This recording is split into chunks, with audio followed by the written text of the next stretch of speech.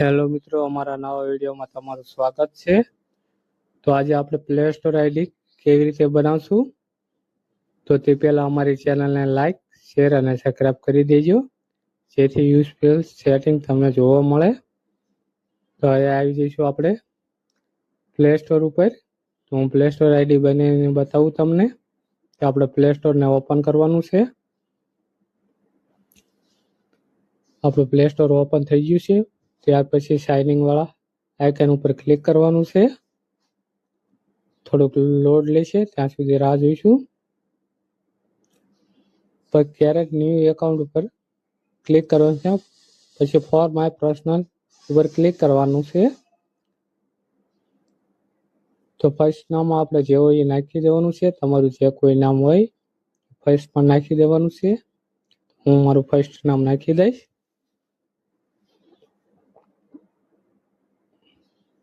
પછી લાસ્ટ નામ નાખી દેવાનું છે. તો લાસ્ટ નામ આપણે નાખી દઈશું.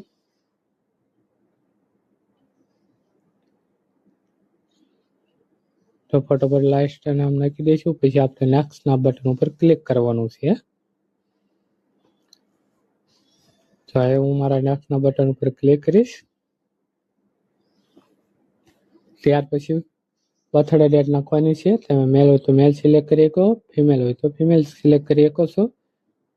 ત્યાર પછી અહીંયા આપણે બર્થડે ડેટ નાખી દેવાની છે. જે જન્મની તારીખ હોય એ તો આપણે ફટોફટ નાખી દઈશું.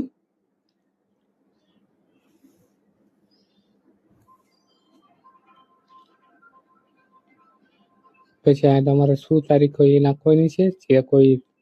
જે તમારી તારીખ હોય એ નાખી દેજો. મારી 6 તારીખ છે તો 6 તારીખ નાખી દઈશ.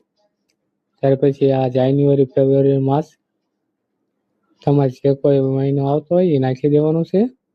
ત્યાર પછી નેક્સ્ટ બટન ઉપર ક્લિક કરવાનું છે. આમાંથી તમારે જે યોગ્ય લાગે એની ઉપર ક્લિક કરવાનું છે, જે તમને યાદ રહે એવું. તો મને વચલું યોગ્ય લાગશે એની ઉપર ક્લિક કરીશ. મારો મોબાઈલ નંબર યાદ કરવાનો તો યુઝ મોબાઈલ ઉપર ક્લિક કરીશ. ત્યાર પછી મારો મોબાઈલ નંબર નાખી દઈશ. IMS નંબર ઉપર હું ક્લિક કરીશ. પછી અહીંયા મારો મોબાઈલ નંબર નાખવાનો આવશે તો હું મારો મોબાઈલ નંબર નાખી દઈશ. થોડુંક લોડ લેશે.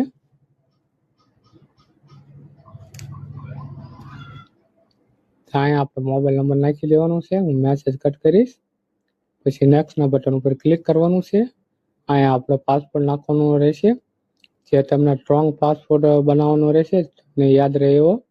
હું પહેલાં મારો મોબાઈલ નંબર હરખી ચેક કરું છું, પછી પાસવર્ડ નાખશું.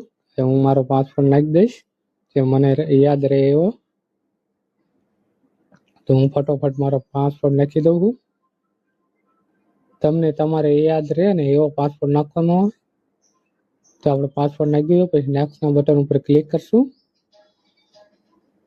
તો અહીંયા આપણી બધી ડિટેલ આવી જાય છે. પછી નેક્સ્ટના બટન ઉપર ક્લિક કરવાનું છે. પછી નીચે આવી જવાનું છે. આઈ એગ્રી પર ક્લિક કરવાનું છે. થોડુંક લોડ લેશે.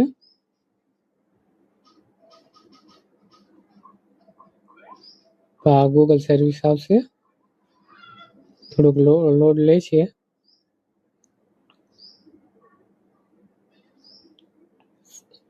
ત્યાં સુધી રાહ જોઈશું આપણે. લોડ લેશે ત્યાં સુધી ગૂગલ સર્વિસ ઉપર. તો અહીંયા પાસવર્ડ આપણો કમ્પ્લીટ થઈ ગયો છે. હજી થોડુંક લોડ લેશે. અહીંયા ડોન્ટ બેકઅપ પર ક્લિક કરવાનું છે. તો આપણે ડોન્ટ બેકઅપ પર ક્લિક કરી દઈશું.